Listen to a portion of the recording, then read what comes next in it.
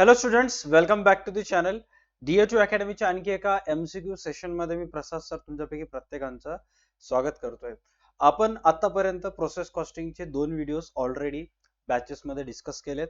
हा तिसरा व्हिडिओ आहे related to MCQs. Most of universities मध्ये और जेही विद्यार्थी अकाउंटशी रिलेटेड स्पर्धा परीक्षेला अपियर करणार आहेत त्या अनेक एक्झाम मध्ये कॉस्ट अकाउंटचे क्वेश्चन्स विचारले जातात आणि प्रोसेस कॉस्टिंगचे क्वेश्चन्स हे त्या क्वेश्चन्स पैकी एक आहेत. All right, so without wasting any time फटाफट आपण हा आजचा सेशन जो आहे तो स्टार्ट करूयात.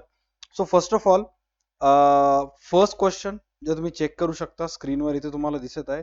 जेवढे स्टुडंट्स व्हिडिओ पाहत आहेत त्यांना या क्वेश्चनचा जो PDF आहे तो आपल्या पर्टिक्युलर कोर्समध्ये ज्याही कोर्समध्ये जर तुम्हाला प्रोसेस कॉस्टिंग हा चॅप्टर असेल तुमच्या सिलेबसमध्ये तर तुम्हाला प्रोसेस कॉस्टिंगच्या फोल्डरमध्ये तुम्हाला याचा PDF मिळून जाईल.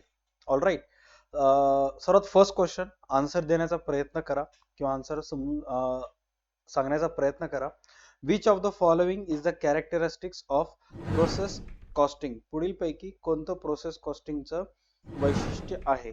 पहिला जेव्हा थेरी व्हिडिओ झाला होता प्रोसेस कॉस्टिंगशी रिलेटेड त्याच्यामध्ये मी तुम्हाला सांगितलं होतं की प्रोसेस कॉस्टिंगचा वापर त्या ठिकाणी होतोय जिथं सतत कंटिन्युअस प्रोडक्शन चालू असतंय होमोजिनियस गुड्स. आता होमोजिनियस गुड्स म्हणजेच काय? एक जिन्सी वस्तू, एकसारखे वस्तू जिथं कंटिन्युअस त्याचं प्रोडक्शन चालू असतंय तिथं प्रोसेस कॉस्टिंगचा वापर करण्यात येतो. त्यामुळं या क्वेश्चनचा जो आन्सर असेल तो असेल कंटिन्युअस प्रोडक्शन.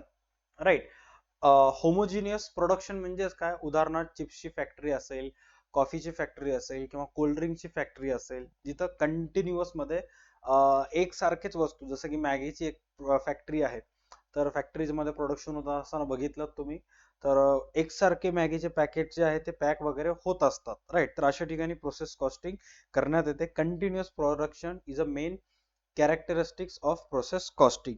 त्याच्यानंतर नेक्स्ट प्रश्न तुम्हाला विचारण्यात आलेला आहे नॉर्मल लॉस. वन्स अगेन मी सांगायलो, जेव्हा एखादी कंपनी 100 युनिट्सचं प्रोडक्शन करणार असेल, what ever which ever thing, तर 100 युनिट्स पैकी 5% डिपेंड अपॉन कंपनीचं पास्ट परफॉर्मन्स काय काय राहतंय तर कंपनीचं 5% जे प्रोडक्शन आहेत कंपनी काय करते की बाबा हे कुठं ना कुठं प्रोडक्शन होत असताना खराब होणार आहे. जसं की कोल्ड्रिंकची कंपनी 1000 लिटर कोल्ड्रिंक्स तयार करत असेल तर कंपनी काय अज्युम करते की बाबा 10-15 लिटर तर ते प्रोडक्शन होत असताना सांडणारच आहे.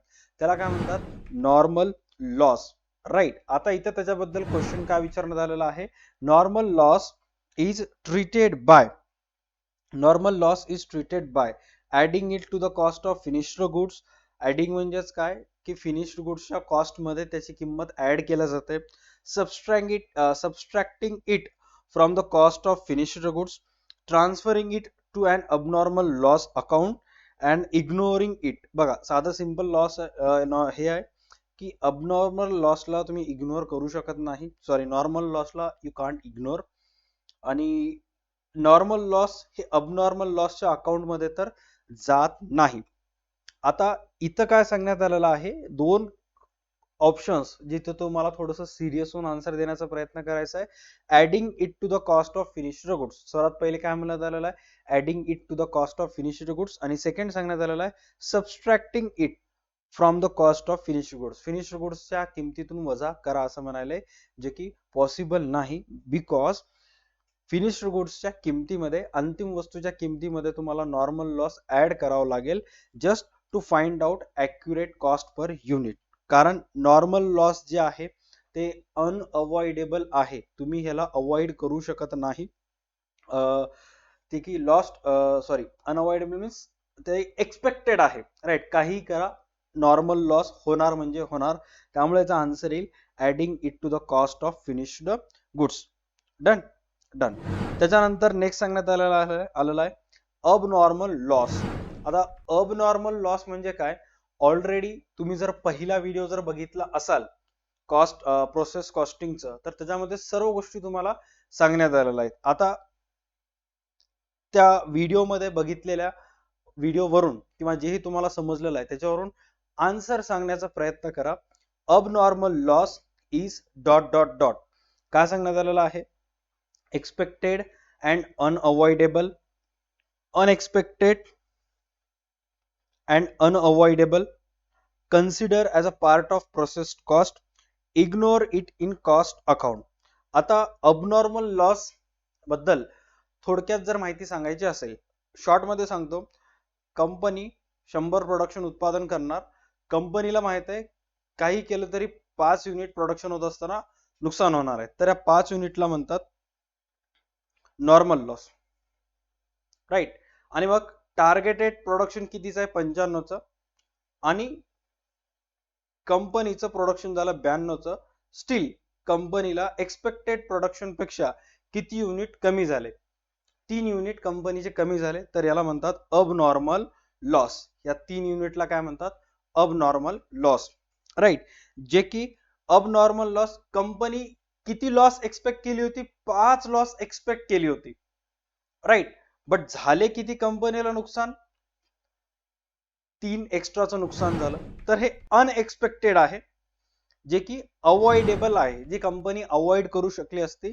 मोस्ट ऑफ टाइम जे अबनॉर्मल लॉस असतं हे कर्मचाऱ्यांच्या चुकीमुळे उद्भवू शकणार असतं, कामगारांची तिथे मिस्टेक राहू शकते, किंवा टेक्निकल ग्लिच असू शकतं, जे कामगार दूर करू शकले असते. ह्याच्यामुळं कंपनीला हे अबनॉर्मल लॉस फेस करावं लागलेलं आहे. कधी पण लक्षात घ्या, नॉर्मल लॉस जे असतं, राईट, नॉर्मल लॉस जे असतं ते एक्सपेक्टेड आणि अनअवॉइडेबल आहे, normal loss. But abnormal loss जे आहे ते अनएक्सपेक्टेड अँड अवॉइडेबल आहे. अनेक विद्यार्थ्यांना इथं चुकीचे कृती करतात, किंवा इथं आपल्या ग्रामीण भाषेत सांगायचं तर इथं माती खातात ते, ऑलराईट. त्यामुळे इथं मिस्टेक होऊ द्यायची नाही. डन. आणि हा खूप वेळेस क्वेश्चनला आलेला सुद्धा आहे. मी परवा RVNL आय गेस मी राईट प्रोनाऊन्स करायलो, राजस्थान विद्युत निगम लिमिटेड चे जे पास्ट पेपर्स आहेत ते चेक करत होतो, आणि त्याच्यामध्ये हा क्वेश्चन मला तिथं दिसलेला आहे. Okay, done. त्यानंतर in process costing, fourth question, in process costing equivalent production. आता कधी पण लक्षात घ्या, इक्विव्हॅलंट प्रोडक्शन हा खूप कमी बुक्स मध्ये तुम्हाला याचं प्रोनाउन्सिएशन मिळेल, सॉरी म्हणजे खूप कमी बुक्स मध्ये याचा रेफरन्स मिळेल, किंवा खूप कमी पुस्तक मध्ये याच्याबद्दल स्पेसिफाईड मेन्शन केलेलं आहे. बट TS गरेवालचे जे एक पुस्तक आहे माझ्याजवळ, त्याच्यामध्ये याच्याबद्दल इन डेप्थ डिस्कस केलेलं आहे की इक्विव्हॅलंट प्रोडक्शन म्हणजेच काय. अनेक वेळेला आपल्या बिझनेसमध्ये जिथं होमोजिनियस प्रोडक्ट असतात, एकसारखं वस्तूचं उत्पादन करण्यात येतं, तिथं ते जे युनिट असतात, number of expected production unit, ते हजारो असतात, लाखो असतात. जसं की आता एक मॅगीची कंपनी आहे, नेस्ले कंपनी. नेस्ले कंपनीमध्ये जे 13 रुपये 14 रुपये वाले मॅगीचे पॅकेट असतात, ते 15 20 किंवा 100 नसतात, लाखाच्या घरामध्ये असतात, कारण प्रत्येक गावामध्ये त्याचं किती सेल आहे. आणि मग एखादी नेस्ले कंपनी आहे, त्यांनी 1,00,000 पॅकेट्स या महिन्याभरात प्रोसेस करायचं ठरवलं प्रोडक्शन, आणि 1,00,000 पैकी 60 झाले, आणि 40,000 राहिलेले जे आहेत ते काही ना कारणास्तव रखडलेले आहेत. म्हणजे कर्मचारी आहेत, प्लास्टिक आहे आपल्याजवळ अवेलेबल पॅकेजिंगसाठी, इलेक्ट्रिसिटी आहे, बट मॅगी बनवण्यासाठी जे रॉ मटेरियल आहे तेच आपल्याकडे अवेलेबल नाहीये. कोणत्या ना कोणत्या रॉ मटेरियलमुळं, कोणत्या ना कोणत्या कारणामुळं ते रखडलेलं असतं प्रोडक्शन, राईट. तर ते रखडलेलं प्रोडक्शन मार्गी लावण्याचं काम, त्यालाच काय म्हणतात, इक्विव्हॅलंट प्रोडक्शन. काय सांगण्यात आलेलं आहे त्याचा आन्सर, म्हणजे रखडलेलं काम पूर्ण करणे, कन्व्हर्टेड इनकम्प्लीट युनिट्स. काय सांगण्यात आलेलं आहे, convert incomplete units into complete units, right.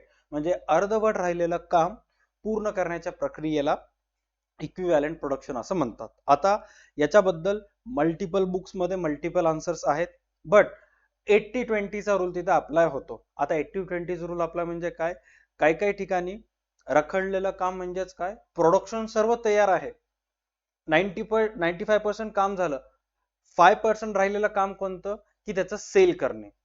काही जण त्याला सुद्धा इक्विव्हॅलंट प्रोडक्शन मध्ये कन्सिडर केल्या जातात, आणि काही जण आहेत की फक्त प्रोडक्शन पुरतच त्याला मर्यादित ठेवतात.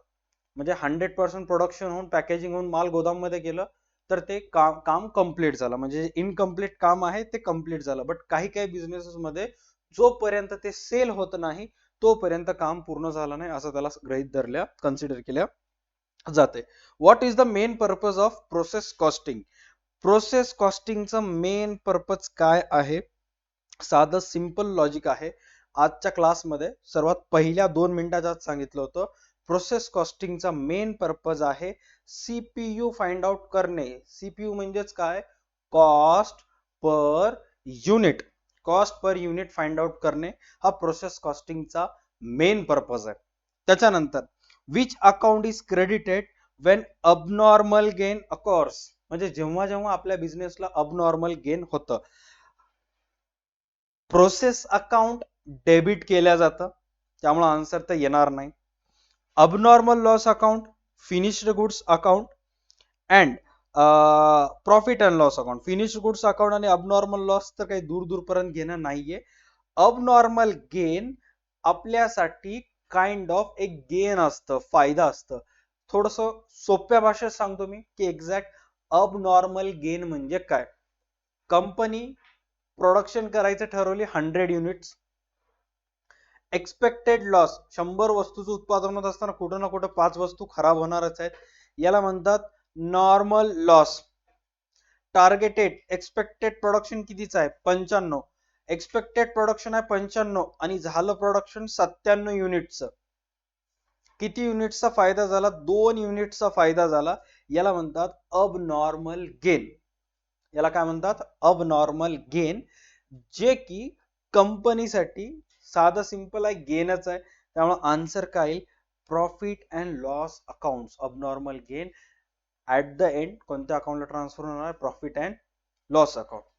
त्यानंतर next, if normal loss is 5%, काय सांगण्यात आलेलं आहे? नॉर्मल लॉस 5% आहे. नॉर्मल लॉस म्हणजे काय? कंपनीच्या वर्कर्सला माहिती आहे की बाबा कितीही काही करा, एवढं तर नुकसान आपलं होणारच आहे. Done. 10,000 units, what is the expected normal loss? बघा, 10,000 वस्तूचं प्रोडक्शन आपल्याला करायचं आहे आणि त्याच्यामध्ये 5% आपल्यासाठी नॉर्मल लॉस आहे. 0,000 1000 इंटू 5, 1000 इंटू 5, सॉरी 100 इंटू 5 किती? 500. चेक करा. The expected normal loss is 500 units. Expected normal loss किती युनिट्सचा आहे? 500 युनिट्सचा आहे. Is that clear? Done. Equivalent production is calculated for. साधं सिंपल लॉजिक आहे. Equivalent production is calculated for. बघा, मी तुम्हाला काय सांगितलं होतं की मॅक्सिमम बुक्स मध्ये ह्याच्याशी रिलेटेड रेफरन्स दिलं नाहीये, बट जिथं कुठेही पाहताल तिथं दिलेलं आहे. एक्झाम मध्ये सुद्धा आत्ताच सांगायलो, वर्क इन प्रोग्रेस. आता इथं ऑप्शन बघा काय सांगण्यात आलेलं आहे? Completed units, work in progress only, both completed units and work in progress. आता काही काही बुक्स मध्ये याच्याशी रिलेटेड रेफरन्स फक्त वर्क इन प्रोग्रेस ओनली दिलेला आहे, right? Equivalent production. But some of companies completed work आणि वर्क इन प्रोग्रेस दोघांसाठी ते लागू केल्या जातात. ते लागू करतात का? कारण ॲक्युरेट मेजर्स ऑफ प्रोडक्शन त्यांना जाणून घ्यायचं असतं. ॲक्युरेट मेजर्स ऑफ प्रोडक्शन त्यांना जाणून घ्यायचं असतं. त्यामुळं लवकरात लवकर जे वर्क इन प्रोग्रेस मध्ये रखडलेले कामं आहेत ते कम्प्लीट करण्यामागे त्यांचा मेन प्रिफरन्स असतो, मेन पर्पज असतो. त्यामुळं इथं सुद्धा मी टिक मार्क करेन वर्क इन प्रोग्रेसला. But some of companies both equivalent both completed युनिट्सला सुद्धा ट्रीट केल्या जाते. म्हणजे 80-20 चा रूल ते अप्लाय करतात. 80% ह्याला प्रिफरन्स, 20% ह्याला आणि 80% ह्याला. ओके, एक्झाम मध्ये आलं तर मी सजेस्ट करेन वर्क इन प्रोग्रेस युनिटला तुम्ही go for work in progress units. Okay, done. त्याच्यानंतर नेक्स्ट क्वेश्चन, तुम्हाला ऑलरेडी सांगितलेलं आहे की प्रोसेस कॉस्टिंग कोणत्या कोणत्या बिझनेसेस मध्ये मोस्ट ऑफ टाइम यूज करण्यात येतं. जिथं कंटिन्युअस प्रोडक्शन चालू आहे, ते सर्व गुड्स होमोजिनियस असतात, एकसारखे असतात. FMCG सेक्टरचे असतील, मल्टिपल. आता कोणते कोणते सेक्टर्स येतात? जसे की ऑइल रिफायनरीज असेल, राईट, सिमेंट फॅक्टरीज असेल, केमिकल फॅक्टरी असेल किंवा प्लांट फॅक्टरी असेल, रबर फॅक्टरी असेल. All right. आता इथं काय सांगण्यात आलेलं आहे, in the in which of the following industries, पुढील पैकी कोणत्या इंडस्ट्रीज मध्ये process costing most likely to use, process कॉस्टिंगचा वापर मोठ्या प्रमाणावर केला जातो किंवा जास्तीत जास्त प्रोसेस कॉस्टिंगचा वापर त्या बिझनेस मध्ये करण्यात येतो. आन्सर येईल केमिकल मॅन्युफॅक्चरिंग. कारण टेलरिंग मध्ये एकसारखे कपडे असतात असं नाही, कन्स्ट्रक्शन मध्ये एकसारखंच बांधकाम असेल असं नाही, कोणतं बिल्डिंग असते, कुठं सभागृह असतं, डिफरंट डिफरंट असतात, राईट. आणि टेलरिंगचं तर काही घेणं देणंच नाही, शिप बिल्डिंगचं काही दूर दूरपर्यंत नाहीये. त्यामुळे आन्सर येईल chemical manufacturing. Okay, done. Abnormal loss is recorded in, बघा काय क्वेश्चन आहे, abnormal loss is recorded in process account मध्ये आपण पोस्टिंग करता, अबनॉर्मल लॉस अकाउंट मध्ये करता, प्रॉफिट अँड लॉस अकाउंट आणि वर्क इन प्रोग्रेस अकाउंट मध्ये ह्याचं दूर दूरपर्यंत घेणं देणं नाही. बघा, रेकॉर्ड करणे, बॅलन्स ट्रान्सफर करणे ह्याचं खूप जमीन आसमानचा फरक आहे. उदाहरणार्थ रेंट शी रिलेटेड सर्व गोष्टी कशामध्ये रेकॉर्ड करता, रेंट अकाउंट मध्ये. वेजेसशी रिलेटेड सर्व गोष्टी कुठे रेकॉर्ड करता, वेजेस अकाउंट मध्ये. सर आपण रेंट प्रॉफिट लॉस मध्ये पण करतो ना, किंवा वेजेस ट्रेडिंग अकाउंट मध्ये करतो ना, नाही. अकाउंट क्लोज झाल्यानंतर त्या लेजर बॅलन्सचा इम्पॅक्ट डायरेक्ट एक्सपेन्स वेजेस असल्यामुळे ट्रेडिंगच्या डीआरला जाते आणि इनडायरेक्ट एक्सपेन्सेस रेंट असल्यामुळे प्रॉफिटच्या डीआरला जाते. बट मेन रेंटशी रिलेटेड पोस्टिंग रेकॉर्डिंग कुठं करण्यात येतात, त्या पर्टिक्युलर अकाउंट मध्ये.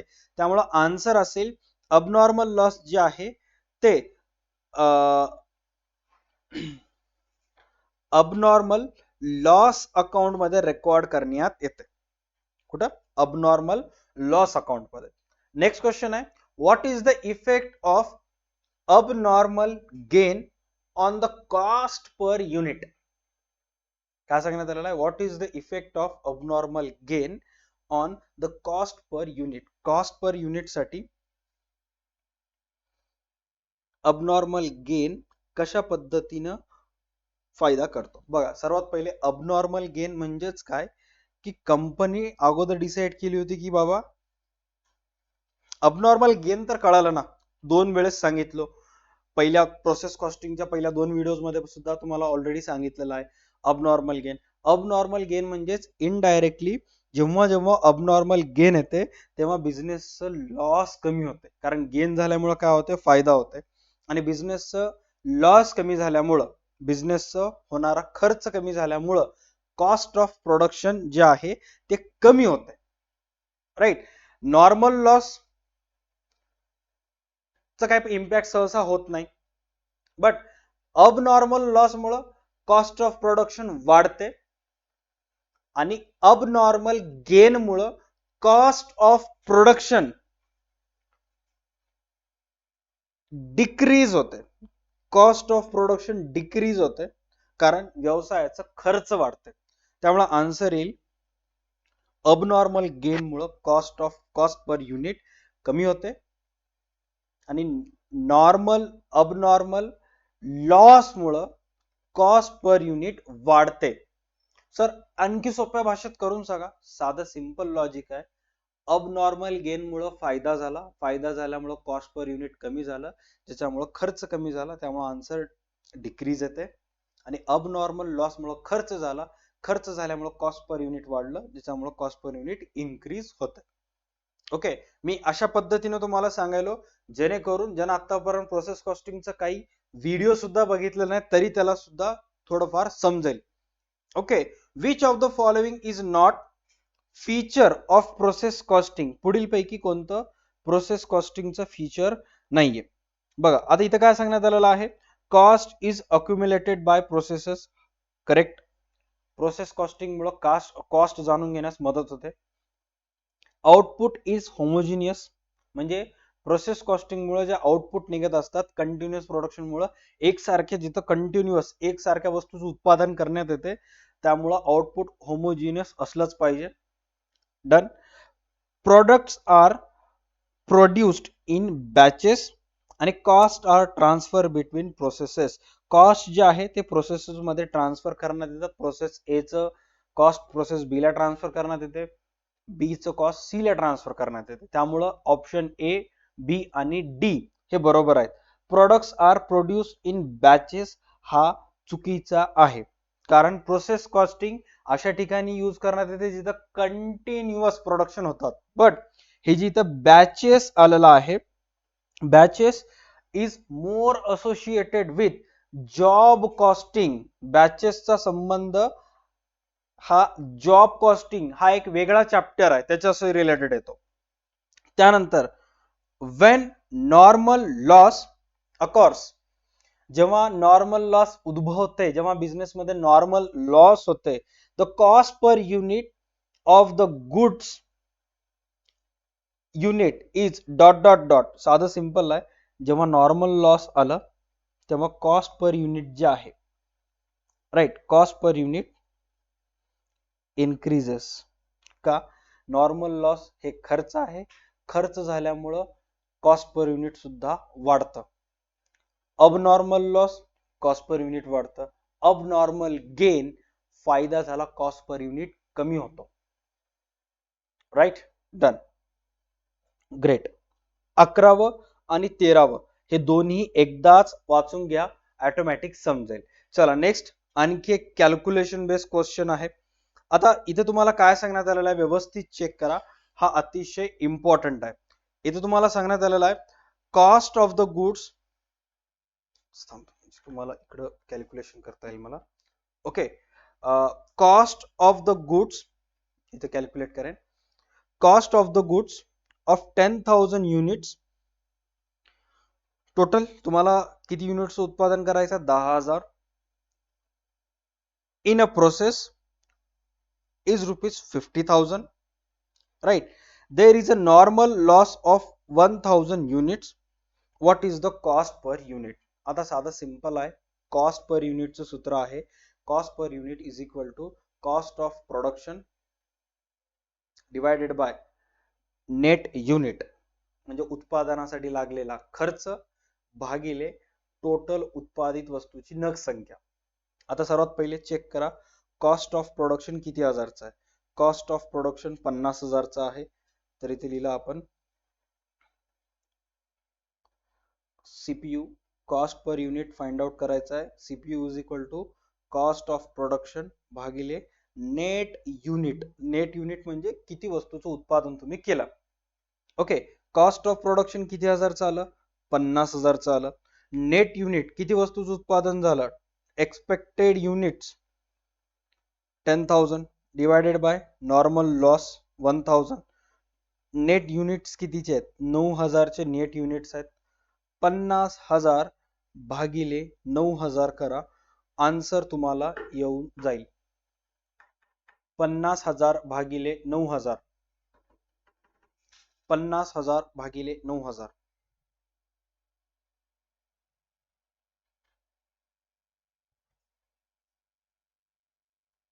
5.55 तर जवळपास तुमचा आन्सर येईल. आता याच्याशी रिलेटेड जे सिमिलर जे पण आन्सर आहे ते तुम्ही इथे लिहून टाका. 5.56 हा सिमिलर आन्सर आहे, तर हा तुम्हाला आन्सर इथं नोट डाऊन करायचा. Okay, done. Calculation sir calculator allowed नाहीये, ट्राय करण्याचा प्रयत्न करा. 3 0 3 0 कट, 50 भागिले 9, 9 1 9, 9 5 45, 5 उरले, 0 दिलं. ओके, 50 मधून 45 गेले, 5 उरले राहिले. ओके, त्याच्यानंतर 9 5 45, 50 ला 9 न भाग दिल्यामुळे इथं 5 लिहिलं. 50 मधून 45 गेले, 45 रुपये गेले, 5 राहिले. आता ते 9 न 5 ला भाग जात नाही, त्यामुळे इथं पॉइंट दिला, त्या 5च्या पुढे लिहिलं 0. आता ते 5 5 5 येत राहणार आहे, त्यामुळे आन्सर येईल 5.55. त्याच्याशी रिलेटेबल आहे 5.56, त्यामुळे आन्सर त्याला हे केलं. Okay, how is abnormal loss typically treated in financial statement? तुम्ही multiple financial statement, final accounts of a company, final accounts of a अनेक कोऑपरेटिव्ह सोसायटीचे गणित तुम्ही केलेलं असाल, मल्टिपल ठिकाणी अबनॉर्मल लॉस हा शब्द आलेला आहे. All right. आता जो अबनॉर्मल लॉस आहे हा टिपिकली फायनान्शियल स्टेटमेंटमध्ये काय म्हणून ट्रीट करण्यात येतो? साधा सिंपल आहे की तो आपल्या व्यवसायासाठी एक प्रकारचा खर्च आहे, त्यामुळे recorded as an expenses. Recorded as an expenses इथं कशामध्ये ट्रीट करायचं डिस्कशन चालू आहे? फायनान्शियल स्टेटमेंट बद्दल डिस्कशन चालू आहे. All right, done. Next question. If the cost of if the process cost is 1 lakh. Same question आहे, थोडंफार अमाऊंट चेक करण्यात आहे. 10,000 युनिट्स. बघा, कॉस्ट ऑफ प्रोडक्शन 1 लाख आहे, एक्सपेक्टेड युनिट्स 10,000 आणि 10% नॉर्मल लॉस आहे. तर या 10,000 were normal loss 10%, 0,000. Normal loss 10%, total किती झालं? 1,000. 10,000 मधून नॉर्मल लॉसचे 1,000 मायनस करा, शिल्लक किती राहिले? 9,000. 9,000 is amount of net units produced. Cost of production 1 lakh divided by 9,000. 1 lakh divided by 9,000. करा कॅल्क्युलेट, किती येईल? 1 लाख डिवायडेड बाय 9,000.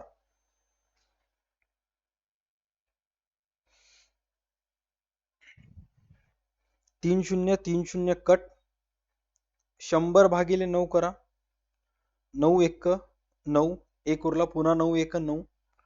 आता हे 1 1 1 1 येत राहणार आहे, त्यामुळं 11.11. Right, done.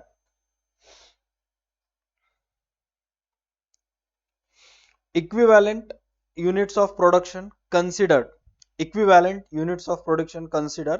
मी आणखी सांगायलो, काही काही पुस्तकमध्ये तुम्हाला पार्शियली कम्प्लिटेड युनिट्स दिलेला आहे आणि काही काही कम्प्लीट ह्याच्यामध्ये both completed and partially completed units दिलेला आहे.